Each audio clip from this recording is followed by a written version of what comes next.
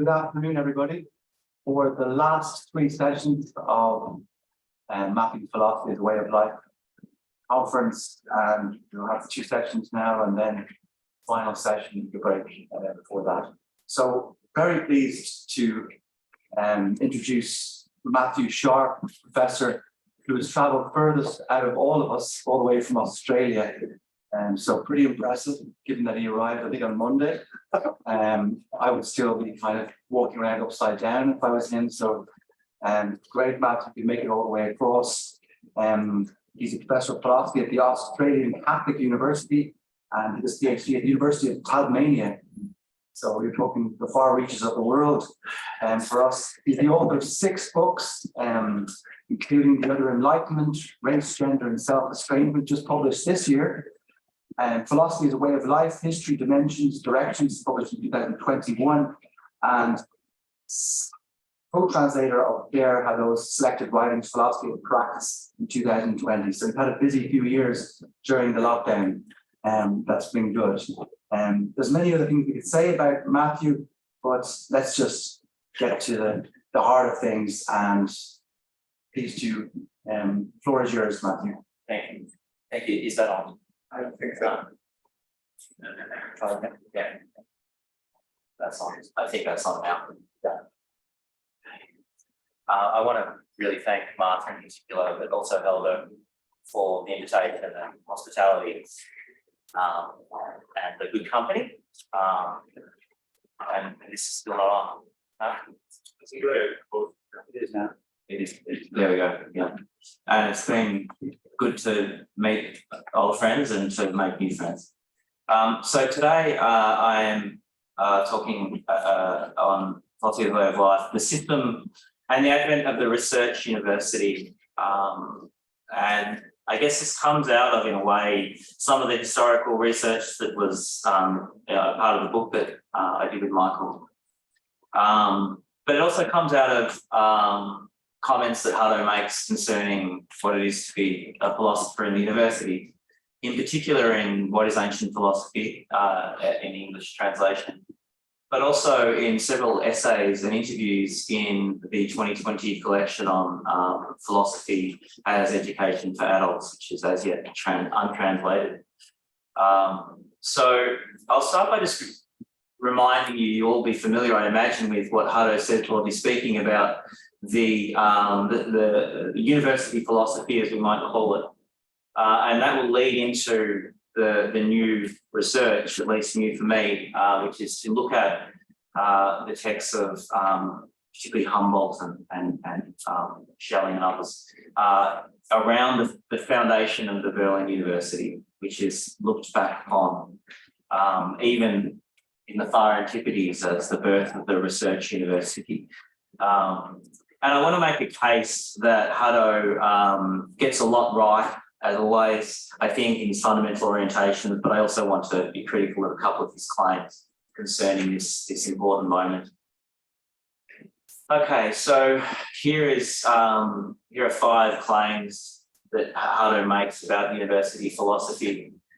Firstly, as it were, at the level of his hermeneutic, his methodology for understanding philosophy and philosophical texts, Hélder insists that there's a close interaction between the social structure of institutions in which philosophy is performed, practiced, written, and so on, and the conceptions of philosophy that abide in those institutions.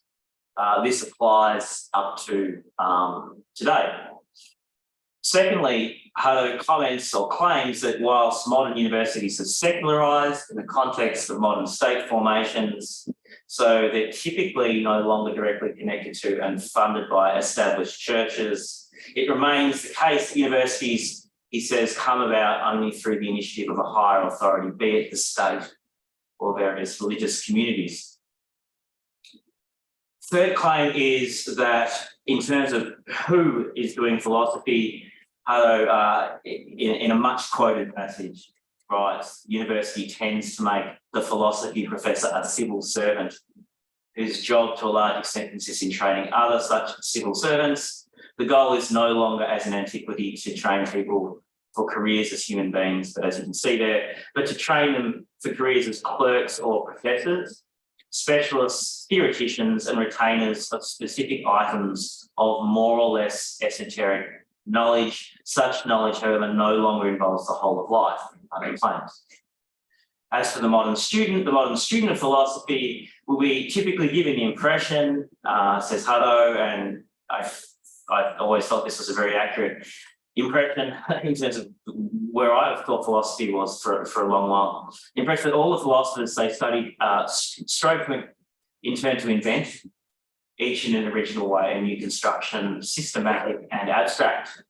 They intended somehow or other to explain the universe, or at least, if we are talking about contemporary philosophers, a new discourse about language.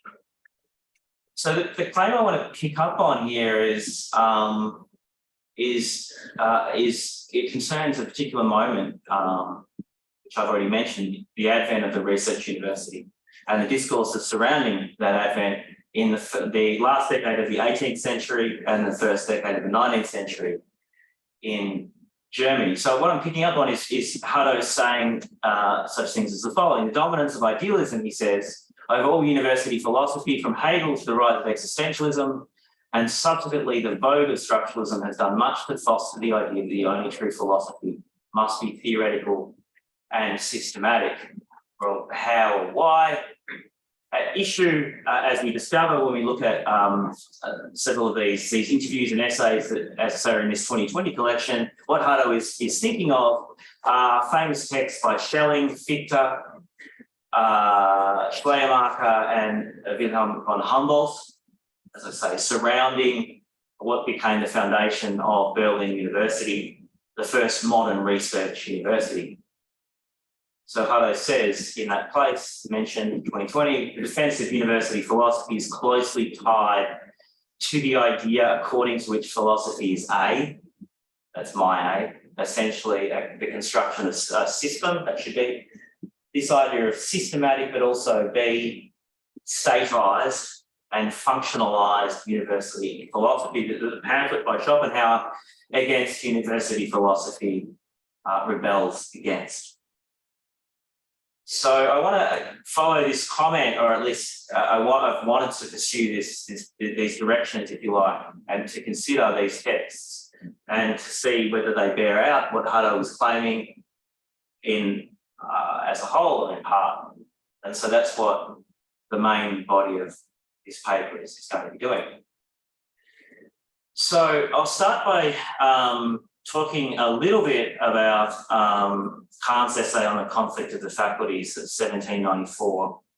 And the first part of this paper is critical of Hélder in the sense that if Hélder is suggesting, as he seems to at certain places, and he really only refers en passant to Hegel when he makes this claim that university philosophy is subordinated to the state, I think if we look at the relevant texts by von Humboldt, by Kant, this claim cannot be borne out. Hegel is an exception in this space, as we'll see, not in fact normative.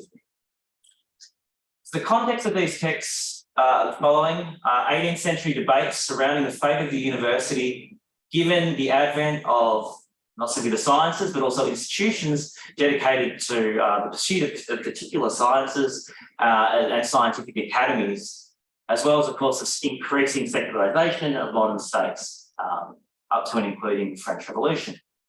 Secondly, the French and wider European Enlightenment, and in particular, the project of the Encyclopédie surrounding Diderot, which had proposed a radical challenge to the organisation of knowledge. Firstly, by including technical crafts and forms of knowledge on an equal alphabetised footing with the more traditionally recognised liberal arts, philosophy, and even theological subjects in the encyclopedia. Secondly, by setting out quite explicitly the project of enlightening, that is, spreading new knowledges to a wider reading public beyond the clerisy and the universities. And in Germany, as Telo repeatedly comments, the advent of movements like that associated with what was called popular philosophy, disseminated through the weeklies of the emergent bourgeois public sphere, if we accept that Habermasian descriptor.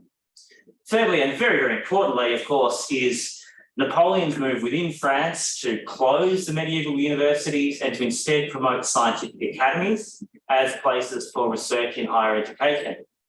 And not least, his success politically and militarily in overrunning the German states in the first years of the 19th century, including closing established universities such as that at Harvard. So very famously, there's this story that when proposals to open the University of Berlin were brought by professors from Hull to the Kaiser, the latter is supposed to have answered, the state must replace with intellectual strength what it has lost in material resources. So there is a political context, and there is a set of discourses around what it is to be German in contrast to French that are very much operating. Okay, so I'm just going to keep an eye on the time because it's sort of the foundation and not the main meal.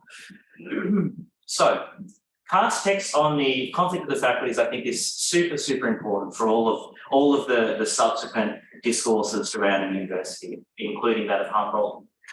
So Kant is responding to the medieval structure whereby you had so-called higher faculties, those of medicine, law and theology, which Kant nicely argues, I don't know whether this is actually true in the foundations of the medieval universities, were supposed to tend respectively medicine for the body, law for property, and theology for the immortal soul. Then there's the lower faculty, the faculty of arts, which would encompass what we would call both the arts and by the end of the 18th century, the emergent natural sciences. Now, somewhat confusingly, in Kant's title, he describes this as the faculty of philosophy. And then he specifies that, well, this includes, but is not reducible to rational knowledge, that is philosophy in the narrow sense. Now, this lower faculty, Kant is very keen to assert precisely the independence of relative to the government. The power to judge autonomously, that is freely, is called reason. So the philosophy faculty, because it must answer for the truth of the teachings it is to adopt or even allow, must be conceived as free and subject only to laws given by reason, not by the government. Kant allows that it is proper for the state, which has an interest in the bodily health of its subjects, to, for example, supervise what is taught in the universities in medicine faculties. He, however, is resisting the idea that in the lower faculty, the state should be given this power. This faculty's function in the medieval conception was to prepare, to give you the preparatory skills in the liberal arts, the trivium and the quadrivium, so you would then specialise in medicine, law, theology, and so on and so forth. Kant is challenging that idea.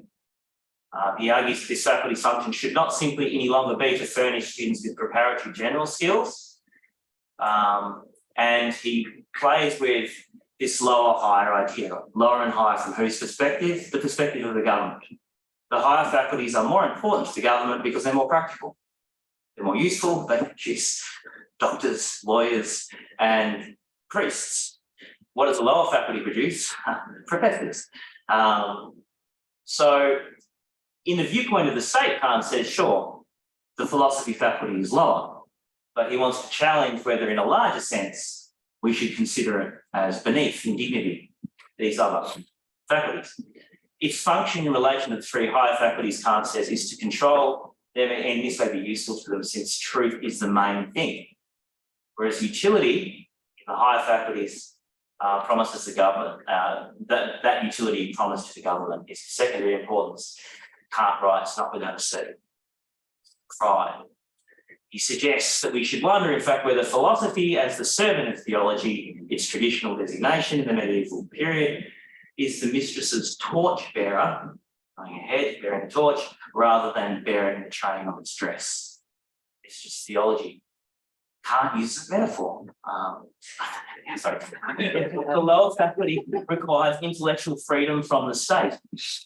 And also, significantly, of course, for where we are all at today, from private economic pressures as well. Any external determinants of the questions that we ask, the syllabi that we teach in the lower faculty, Kant believes ought to be resisted. And I would argue that this is the more normative position rather than that of Hegel, who is more in favour of allowing the state supervision over the teaching of the lower faculty. And if you look at the text by von Humboldt et al., what we see is consistently a similar set of critical claims about any interference by the government in what ought to be taught and done and learned in the lower faculties. The state, von Humboldt says, is never anything but an impediment as soon as it meddles in the production of knowledge. Reason is that, as Kahn identified, a government's direct interest lies only in the work of the higher faculties producing civil servants. In Schleiermacher's term, the state is self-interested. It has no intrinsic interest in the life of the mind or the advancement of the sciences. It wants only forms of knowledge, Schleiermacher says, that can be measured. Concrete discoveries able to be fed into technical and professional practices. The state needs doctors, its lawyers, its bureaucrats. It does not need philosophers.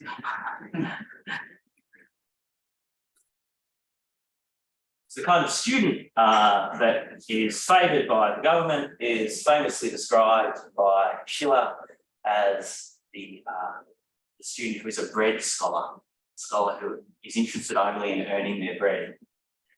A person who, for all their diligence, is interested merely in fulfilling the conditions under which they can perform a vocation and enjoy its advantages, who activates the powers of the mind only thereby to improve his material conditions and satisfy a narrow-minded thirst for fame. Such a person has no concern upon entering his academic career more important than distinguishing the most carefully those sciences which he calls studies for bread, from all the rest which delight the mind for their own sake. Such a scholar believes that all the time he devotes to these more independent studies, he would have to be diverting from his future vocation, and this thievery he could never forgive himself. He will direct, therefore, all of his diligence to the demands made upon him by the future master of his fate, his employer or employers, and he will believe he has achieved everything once he has made himself capable of not fearing this authority. Once he has run his course and attained the goal of his desires, he dismisses the science which guided him, for why should he bother with him any longer? So that's the kind of student that that's where the government seems to be interested in, perhaps then, perhaps now. So to defend the university then, it's not such a problem to defend the higher faculties, insofar as if what's at issue is who's going to pick up the tab. That'll be the government, presumably. We can readily justify medicine, we can readily justify these professions. So to defend the university, these discourses very quickly begin to identify very closely the defence of the university with the defence specifically of philosophy in a larger and more narrow sense. It is through philosophy and art that such striving for openness is expressed most often, which the university should inculcate, von Humboldt says, if they are to be more than vocational or technical colleges. So, of course, so many of these texts, when you read them, of course, remain, these problems remain. Of course, they've changed, but it doesn't feel like you're entering into a radically different historical universe. For me. Philosophical instruction, says Schleiermacher, is the basis of everything that universities should aim to achieve if they are to be teaching in research institutions. Fichtner suggests that universities shouldn't deign to professional training at all, a position which Schleiermacher disagrees with and folks find Fichtner for suggesting. Schelling makes a characteristically maximal suggestion that universities should not have particular philosophical faculties because the whole institution, in a meaningful sense, should be identified with pursuit of philosophy.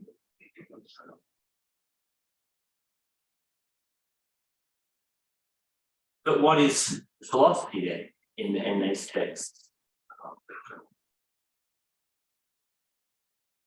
Okay, so now how am I going to?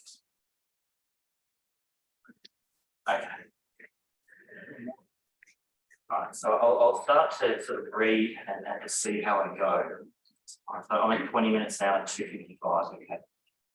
All right. So how then is philosophy being conceived? Same time as these idealist texts would elevate it to the heart or even the whole of the modern university. Von Humboldt tells us that university education, preeminently including forms of philosophy, has both an objective goal, the advancement of specific kinds of knowledge, and a subjective goal, that of forming subjects as particular kinds of individuals. Von Humboldt and before him Schiller and Schleiermacher are in fact usually associated with what came later to be called German neo-humanism. The neo-humanistic thinkers, following Winckelmann in particular, idealised ancient Greece in contrast to Christendom as the height of human culture and achievement in the arts and politics, as well as in philosophy. Through educating children on Greek models as they envisaged them, the neo-humanists' ambition was to form young people to new, more elevated forms of life and achievement. In this light, we're unsurprised to read in von Humboldt's texts on the German university of a contrast between forms of learning which would allegedly aim at only collecting facts. I think this is a shot at the French encyclopedists, however unfair, with forms of knowledge which would be drawn forth from the mind. What matters, not simply to the state, but to humanity, he claims, is not merely knowing and talking about things, but character and action. So this would implicate forms of knowledge which he tells us can be cultivated within, and which as such, but no further explanation is given, would be able to transform character.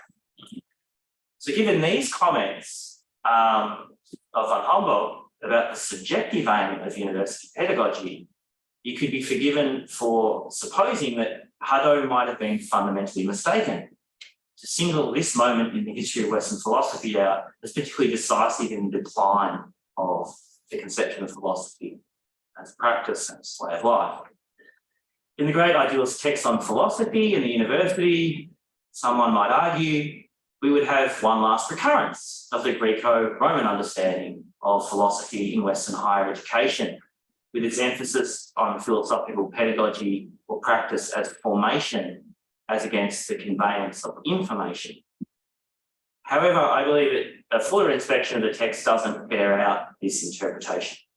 As Humboldt straightaway stresses, if the purpose of the university involves both the pursuit of knowledge and the work of forming the subject, quote, the primary standpoint must be that of knowledge alone. The calling of higher educational institutions, he specifies, is to pursue knowledge in the highest and broadest sense of the term, so that people would devote themselves to the use of knowledge, not as material arranged according to particular external purposes, but rather as the autonomous, self-arranged material of intellectual and ethical formation. Insofar as knowledge is allowed to exist as pure knowledge, von Humboldt explains, people will be able to see what it is in itself and as a whole. As such, universities can only realise their purpose, he says, when they operate as much as possible in accordance with the pure idea of knowledge. I've just done that. Okay. Is it just Humboldt? In Schleiermacher, comparably, the goal of higher education is the pursuit of what he terms systematic knowledge. In contrast, once more, to the encyclopedic empiricists piling up of isolated facts, those coming together in universities in service of scholarship and science, according to Schleiermacher, ought to seek out the awareness of the necessary unity of all knowledge, the laws and conditions of its genesis, and the forms and structures by which every perception, every thought actually becomes a real part of our systematic knowledge. Scholars should aim to draw all particular knowledges into the realm of systematic knowledge, reducing the multifariousness of different knowledge claims across the different disciplines, straining at all times to see the whole within each part and each part within the whole. So is it just Schleiermacher and von Humboldt? Shelley, we find the most elevated statements concerning the desired form of, quote, knowledge of the organic whole of all sciences as the telos of the university or philosophy within it. For Schelling, what is at issue in higher education is ultimately, quote, the idea of a knowledge which is itself absolute, a knowledge that is simply one in which all knowledge is unified. This knowledge of all knowledge is what perfectly fulfills the requirements and contains the premises that every form of science and scholarship requires and assumes in its own way. Indeed, in the passage with deep Neoplatonist resonances, we're told that such knowledge represents at its highest communion with the divine being, participation in the originary knowledge whose image is the visible universe. It's quite an elevated vision of what the university is going to take aim at. Without such knowledge, Schelling claims all higher education is necessarily dead, mindless, one-sided and intrinsically limited. Every thought or inquiry which isn't pursued in this spirit of unity and universality, according to the philosopher, is intrinsically empty and worthless. So putting aside an assessment of the epistemic merits or demerits of these idealist representations of systematic, absolute or pure knowledge, our stress here is primarily on what happens to the conception of philosophy if its goal is identified with the discovery or production of such an objectifiable, trans or impersonal form of knowledge. What in particular must become of the language of Bildung or ethical formation, which we've seen that these philosophers inherit and which seems to point towards philosophical and higher education as not simply a process of what von Humboldt calls, in a Baconian turn of phrase, the advancement of knowledge, but a work in the formation of philosophers' souls. The answer seems to be that in these idealist texts, this is my hypothesis, this neo-humanistic language is subordinated to the optative pursuit of systematic knowledge. Contrary to what some of Haddo's remarks might lead us to suggest, whether it is in Fichte, Schleiermacher or von Humboldt, there is the attempt to single out university teaching in philosophy as an activity which is intrinsically, specifically important, a form of active practice. This is distinguished as a formative process at once from the forms of pedagogy appropriate for the secondary schools, from the more or less mindless alleged accumulation of facts associated with the encyclopedists, as well as, significantly, from the forms of the lecture, that is, the professorial reading to students of rare texts of the medieval universities.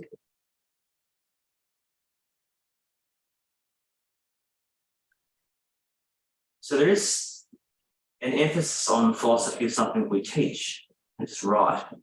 But what is the conception of this teaching then? For von Humboldt, there is a stress on the need for university teachers to actively engage with the students in a seminar.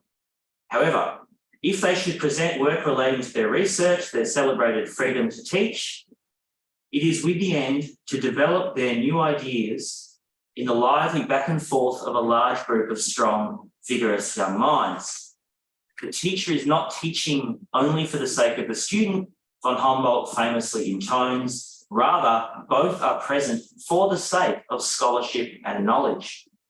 In terms of combating this tendency of knowledge to harden into a senseless stockpile of more or less unconnected data, everything depends for von Humboldt on the conception of the collective work of seeking knowledge as being open-ended, to be endlessly pursued by teachers with students.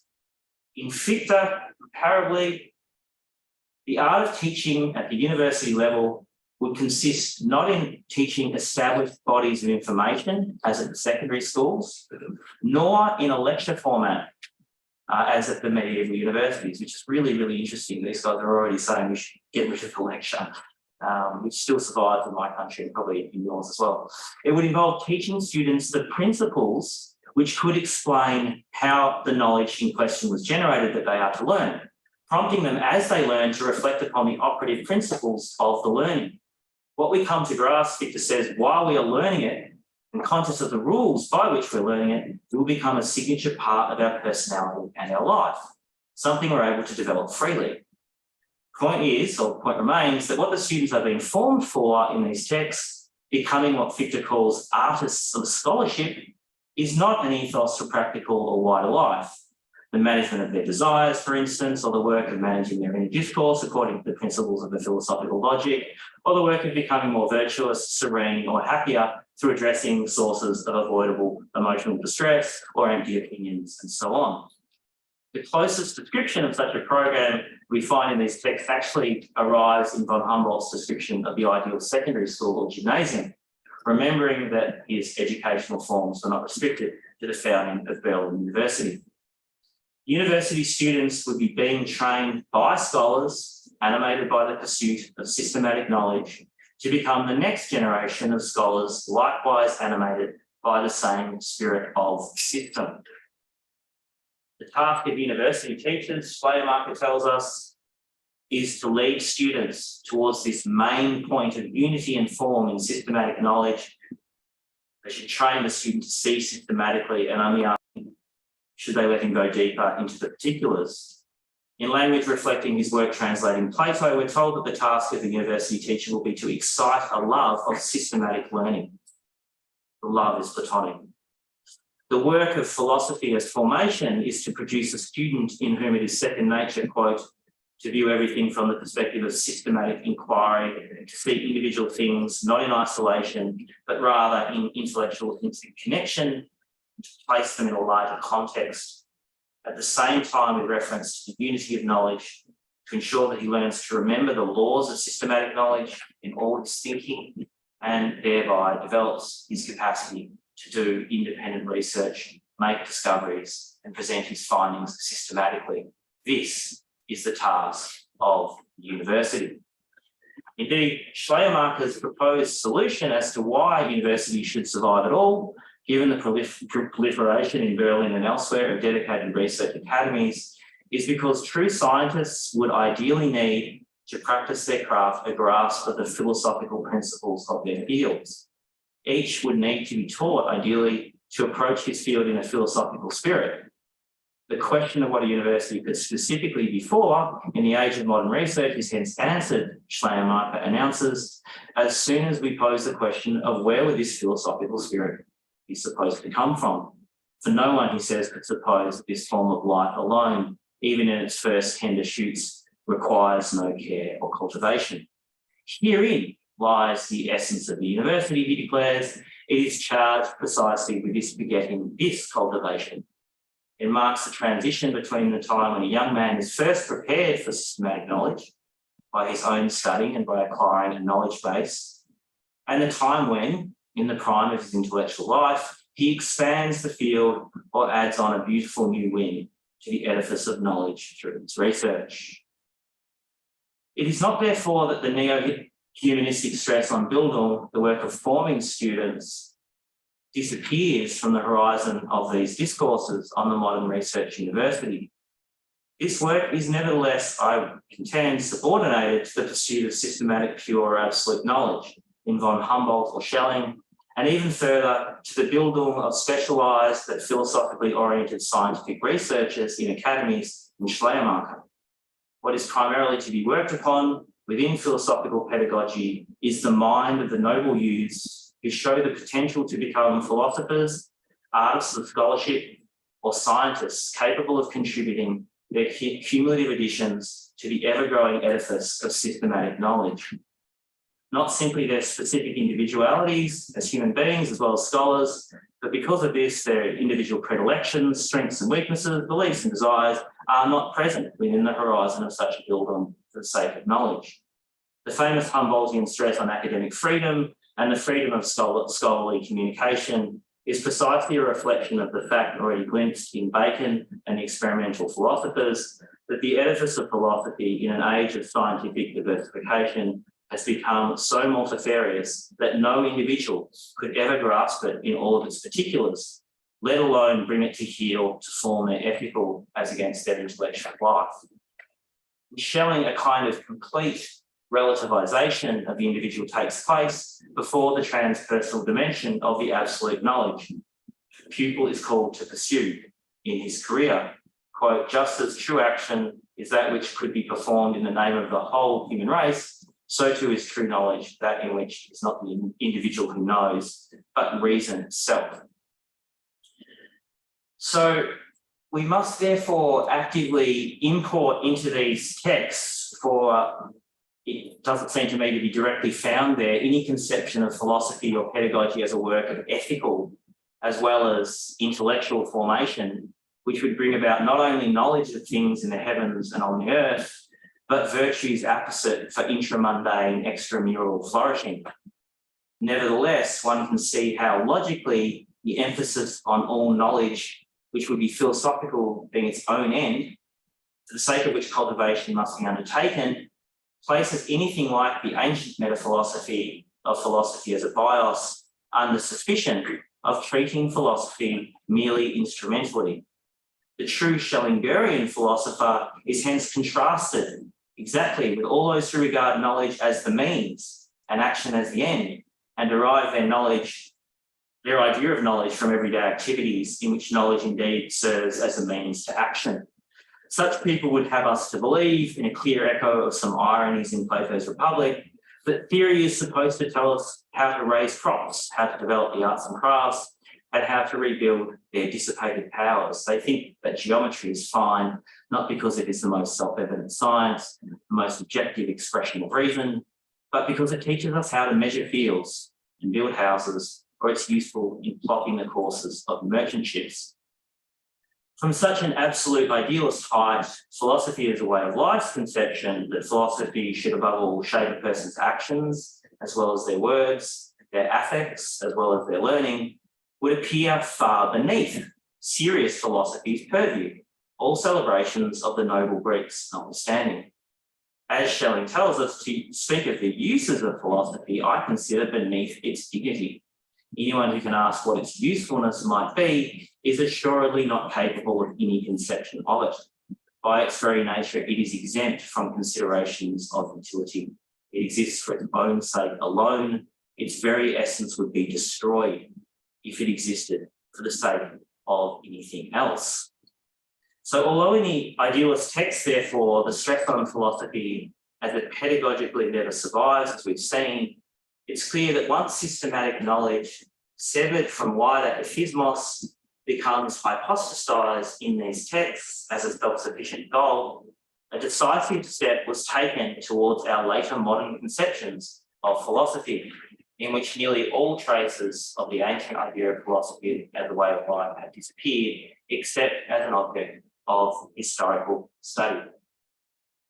So 2 concluding remarks, one of which I imagine will be more or less uncontroversial, the second of which will be, who was it who said it? Which made everyone come with this. Anyway, I don't know whether we'll make everyone come, but anyway. What's that? It was, yes, it was Geordie, yeah. The spirit of the cynics is alive. So the first comment that I would make is you can take all this and sort of say, well, if Hutto is teaching about philosophy as a way of life, and he's presenting as precisely this moment in the history of higher education where philosophy becomes a system as a decisive moment where philosophy as a way of life is eclipsed, doesn't this mean that Hutto is against systematicity?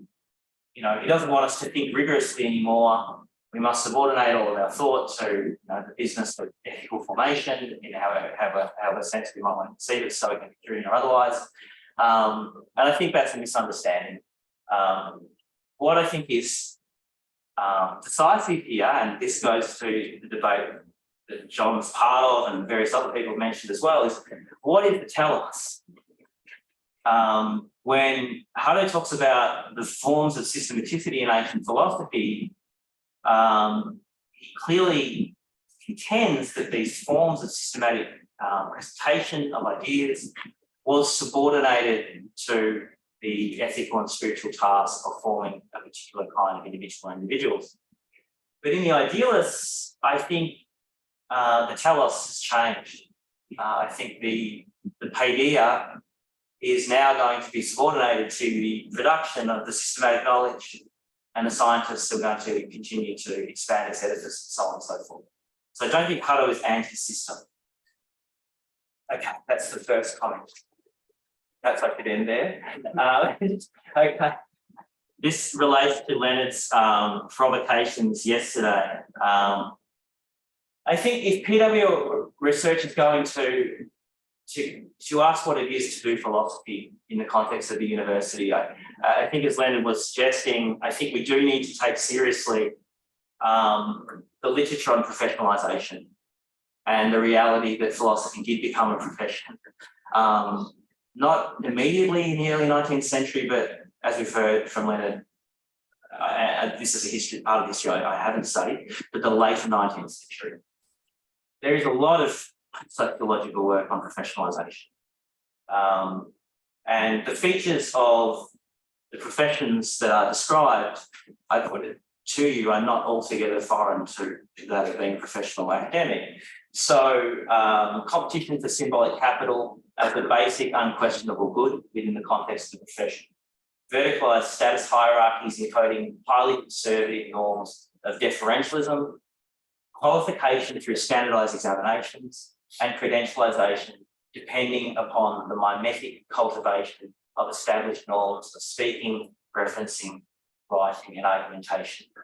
None of this, the logic of professionalisation, is abhorrent to any philosophical interest in writing or being differently, as Leonard was saying. That's not what professions. I mean, can you imagine a doctor, you know?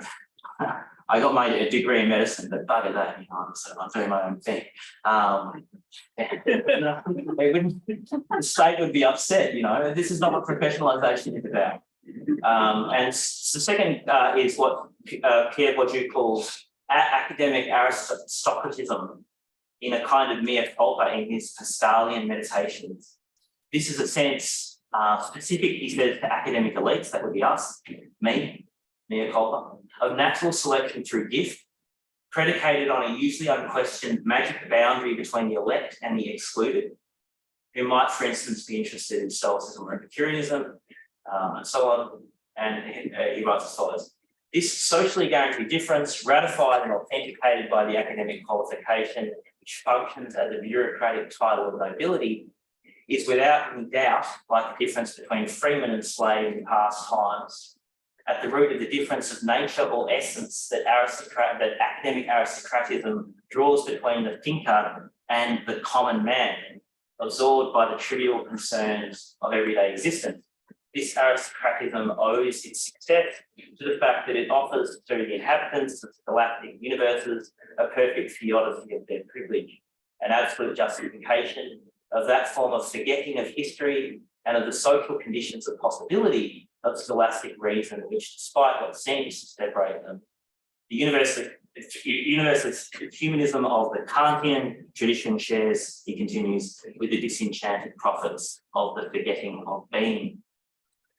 So I'll just finish by saying, however, just as Hutto's work shows ancient philosophy's many genres of writing and forms of spiritual direction, etc., were shaped by the civic, institutional, and rhetorical realities in which those philosophers worked, surely a philosophy as a way of life approach to contemporary thinking necessarily has to pose hard questions about the social conditions of our scholastic reasoning. Under the banner of the Socratic know thyself, surely philosophy as a way of life ought to allow us to bring into renewed critical visibility the kinds of philosophizing which the institutionalized norms and incentive structures of our universities promote, but also exclude, so as to open up the possibility of considering what alternatives there have been in the past and what alternatives there could be in the present and future. Thank you.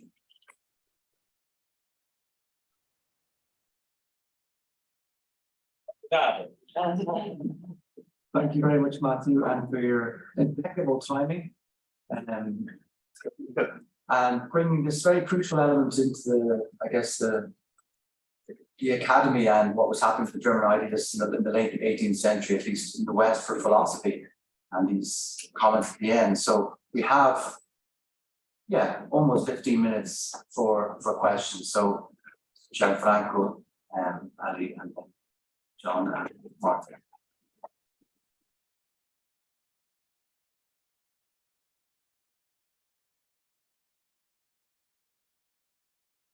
Thank you very much. Thank you very much, Matthew. I I will take time to maybe dialogue with you and your presentation with more accuracy, short.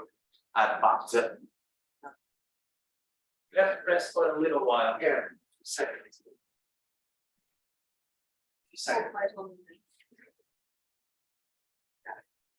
Okay. So I will take a bit more time to enter in dialogue with your presentation. But something I really want to underline just now and to question. That is all the authors you quoted were philosophers, from Kant to well, etc. Shall we know?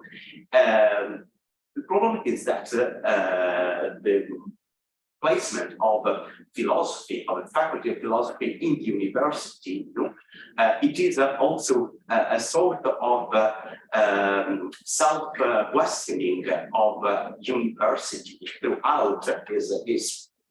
And what demonstrates the fact that you were the just philosophers to question the university, and that you two are a philosopher questioning, the current form of university, demonstrates the fact that the philosophy, the problem of philosophy, the aim of philosophy is precisely that of criticize, of having a critical attitude facing its own institutions.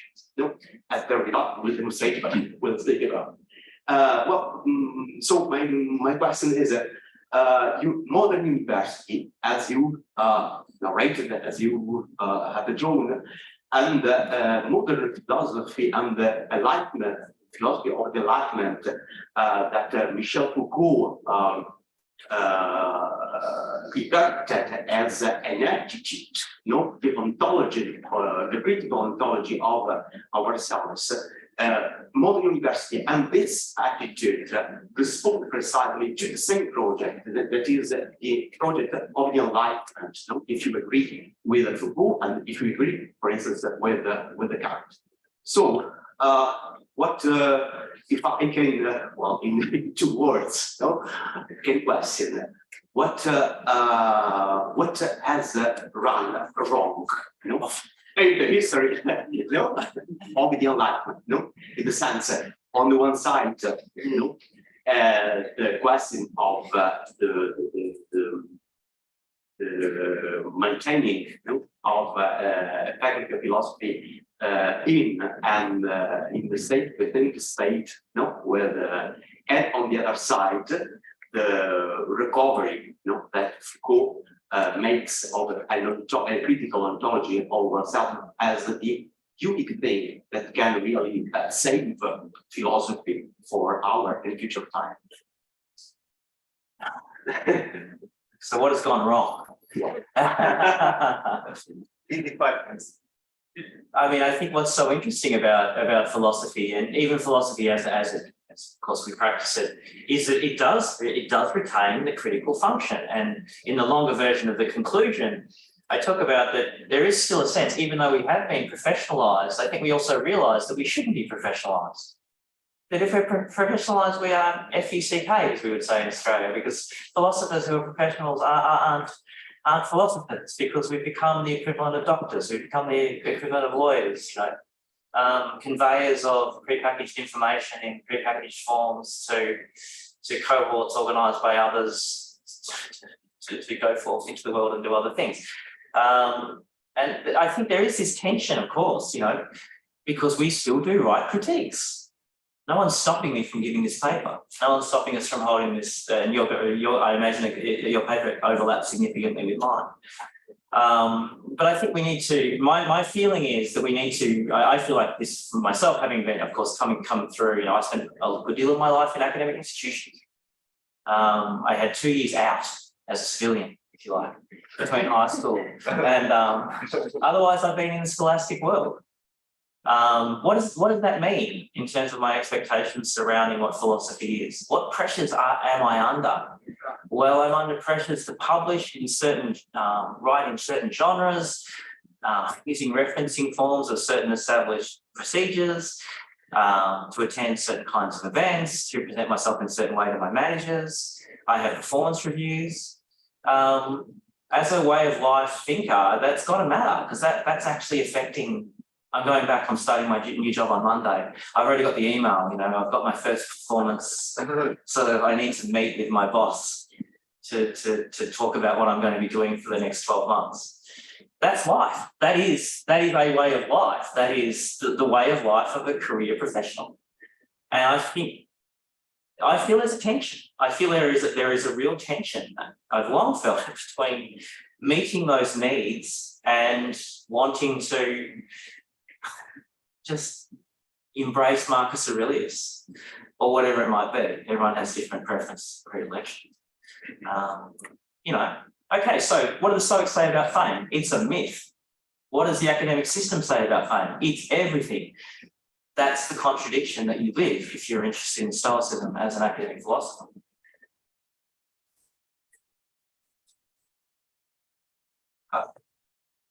Thanks, Matt. As you know, this is one of my favorite areas, so this is just exciting for me. We've published even some stuff about professionalization, and so I perfectly agree with you. It's an important area for PWL.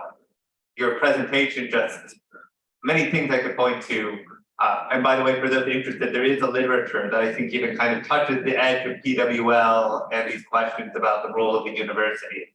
And so I'm happy to do that. There's an American philosophy, Bruce Wilshire, has written some very interesting work on this subject.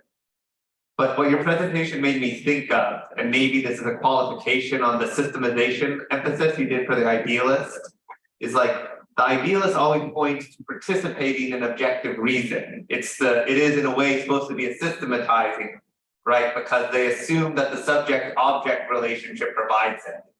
Maybe part of the problem is the limitations of an idealistic way of thinking about things.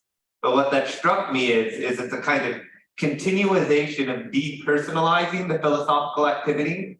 We get, as you point out in your book with Michael Ure in the medieval university, we start obsessing more and more about the relationship of philosophy to the other disciplines. And so what happens? Kant in Conflict says, well, philosophy doesn't really have an object of knowledge. Its job is to critique and organize and remain autonomous. So this cultural reasoning activity is responsible. And like philosophy becomes less and less people cultivating themselves. It becomes the cultivating activity. So why does this matter as a consequence? Kind of points to the Gianfranco. What does critique mean in the abstract versus the concrete? Well, one consequence is I think we complain in conferences, but one thing that's been lost that was common practice since the German university is to become a rector. That there was an administrative line between philosophers and serious scholars and administrative leadership. That was if not perfect, symbiotic and complex. And we know many philosophers who become this role. Zero did. Unfortunately, Heidegger did. Got some people to do it. But it was just assumed there was a relationship here. And not only that, it wasn't one for a future career opportunity, but it was a part of your relationship to the term role. You would do it for 1 or 2 years, and then exactly. And it was to being a teacher. And it was a voluntarism and a part of a leadership, and it was assumed that this philosophical reflection would inform your activity, your responsibility and activity for actually leading, being a scholar of the institution you're a part of. So I just wonder what you thought of the idea of maybe part of the problem is what we mean by critique too has gotten a little bit abstracted in a way. Like, and even the positive part of PWL as a personal activity, there's critique saying there's always weaknesses, problems, but there's also a dogmas for cultivation, suggestions about how we organize our practices so our students really learn something. I don't have the idea fully fleshed out, but anyway, just thoughts. I'm not sure what you're asking about in terms of critique. I guess I'm wondering if we've, since the idealist, like philosophy's role of kind of surveying the disciplines has gotten more and more abstract, and maybe that's part of the problem. It's not, as you said, that we don't critique anymore, but what kind of critique we do? We do critique here, not, and maybe even another part. I don't know whether philosophy does much of surveying other disciplines anymore. I mean, yeah, people can Then, but maybe that's part of the Back problem against too, that. is even surveying the disciplines is a little bit that gets away from the PWL element, right? And gives this very powerful role for philosophy and one that's not really maybe equipped to do. There's probably several elements here, but there's something. I'd rather the Humboldt's model than ours. Yeah. I think there's a lot of merits, I think, to the idea of systematic knowledge. And I think it's extremely attractive intellectually. And I think there are a lot of positive things one might say about trying to organise an institution on its basis, but it didn't really. I mean, there's an argument in the literature that it never really worked at all. Berlin was never like that, let alone anywhere else. And obviously today, I don't believe that we're anywhere near anything like that idea. You know, I was talking, I mean, John was telling me that philosophy at Royal Holloway's has been moved around. It's now just grouped with politics, you know, whether last year it was with somebody else. It's just sort of, it's kind of arbitrary sort of place. We have these institutions, they have various building blocks, and we can just kind of reposition them. I'd much rather, well, we want this all to somehow cohere. Than just, oh, let's put philosophy with politics this year, you know, and then in 2 years when there's a restructure, it'll go with sociology, and then it'll be with theology, and this implies a kind of arbitrariness about the whole thing, and a complete lack of respect for the intrinsic principles of the philosophical discipline, and that of politics. You know, if we can just kind of do like Tetris piece a little bit, you know. I guess maybe the short version, and then I'll leave it to others, is I wonder if philosophy, as it's the PWL paradigm is based, has become a little too obsessed with its role in the project of knowledge. And maybe that's the problem. Like all the philosophy of higher education things since Kant have been, what role does philosophy have, you know, provide foundation to critique for the super complex problem of organizing knowledge? And as you know, Fidel points out, whatever philosophy seems to have done best for having an influence in cultural life maybe has nothing to do with whether or not philosophy provides a firm foundation for what the sciences are doing. Maybe it has a lot more to do with cultivating people with the problems of life. So maybe this obsession, not the idealist fault, but I want to say the idealist framework kind of pushes a bad way of thinking, but I'll leave that for future discussions. John and Marta. By the way, Royal Holloway is not alone. I mean, I was in my previous job, 19.5 years at a particular institution. I think philosophy was grouped with about 7 or 8 different disciplines. Yeah, thanks, mate. No, And why not? You know,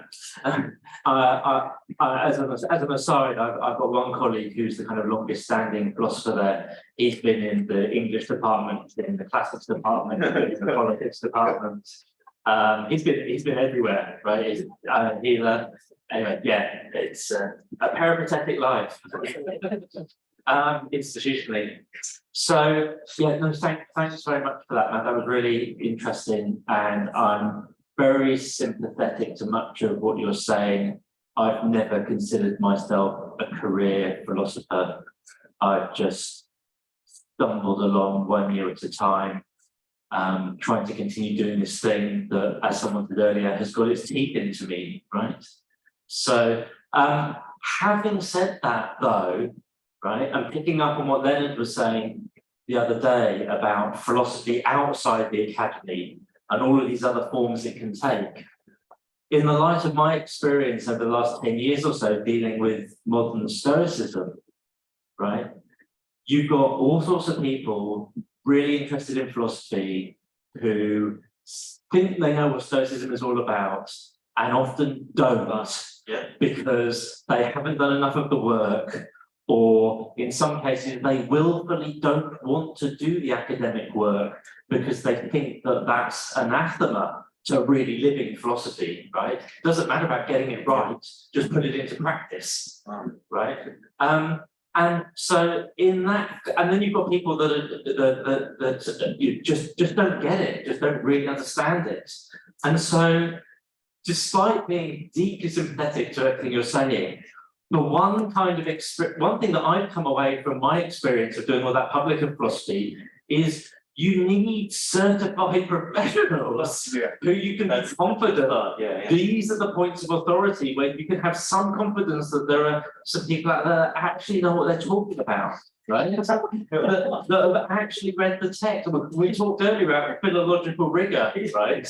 You know, people that have actually read this stuff, and that you can feel confident that, you know, that they're not, you know, the font of all wisdom or the final authoritative word on what Stoicism means, but that, you know, at least they might have some idea of what this stuff is actually saying. So yeah, I might push back a bit and say, you know, there may be some space for certified experts. Otherwise, you're in the world of the chaos of social media, where whoever shouts loudest suddenly, you know, becomes the truth. Which is I'm a lot less excited and sympathetic with the whole modern Stoicism thing than I was 5 years ago, for precisely the reasons that you described. Having sort of engaged with it a little bit more robustly, you realise that there's a lot of really half-baked stuff out there, you know, and Marx really is being quoted in ways that he actually, I mean, for example, he doesn't say this stuff, and there he is on Twitter, so saying stuff that he never said.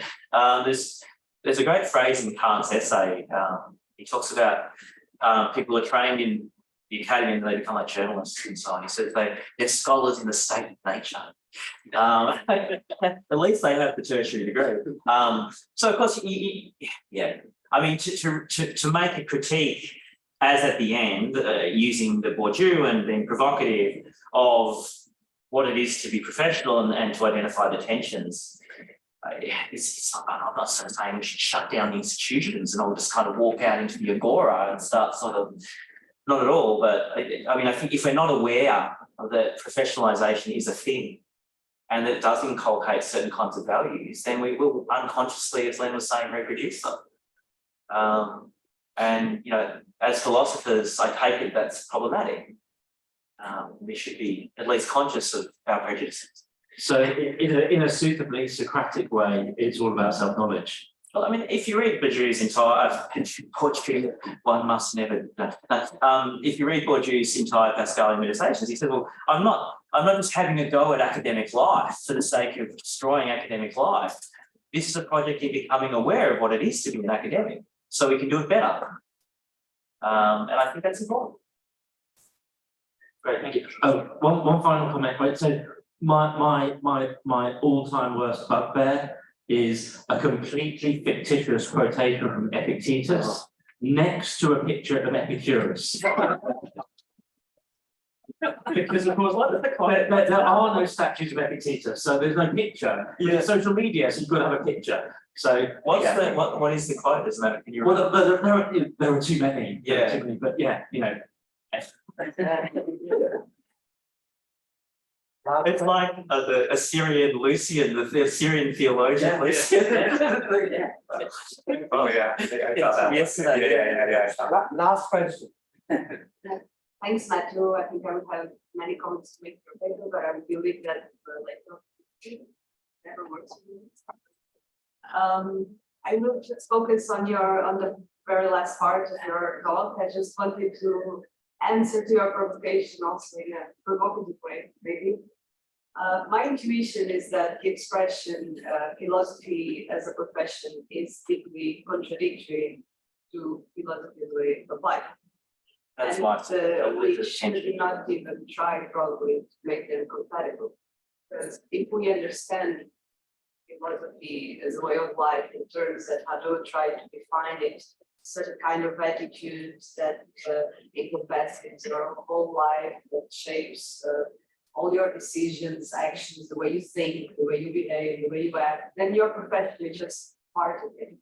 And it is relatively indifferent if you are an academic or a doctor or a shoemaker. You can still have a philosophical way of life being any of these. So I don't think there is, or there must be, a relation between your job as an academic and your philosophical way of life. Right? And maybe we suffer too much with this contradiction we feel between what philosophy should be and what we need to do in our institution. Well, we can just think of our profession as something we need to do to pay the rent, right? Like everybody else. And philosophy is outside, always, probably. or it, or what would the Stoics say? Stoics is not also not a original part of your life, right? You would be a Stoic doing whatever profession you had. There is no specific Stoic profession, right? And I would say there is no specific philosophical profession, even though we dream, or we had this illusion when we started with philosophy, maybe, or when we did our PhDs and applied for scholarships and contracts. We thought this was a way of life, but it's not. It's just a profession. I don't know if you agree. I know if this is polemic. I think that's one solution if you are interested in these philosophies as forms of life, and you are also an academic. One way is to more or less separate them in some way, or to treat the professional aspects of one's life as indifference, as Stoics would say, and that can be a survival strategy. But again, there's still a part of me that just wants to say, and yet, you know. For those interested, I will say now there are attempts, people are thinking about professionalization models that are more devoted to humanistic care. The University for Humanistic Studies, which will provide these philosophical humanities degrees where people want to provide that kind of pastoral care for people that's very intentionally built at this model. I think there's many answers to this question, but just to say it's not as if no one has ever thought about building in-between places to provide what you're doing at Royal Holloway. There's the International School for Philosophy in Lisbon, the Netherlands, which does very cool work between universities and the public in a very PWL friendly way. So just all these to say if you're interested, there are ways out there about mediating the space. I don't think it has to be either or on this, thinking about where's next. On that note, we'll have to move on to the next speaker. To say thank you once again to Marta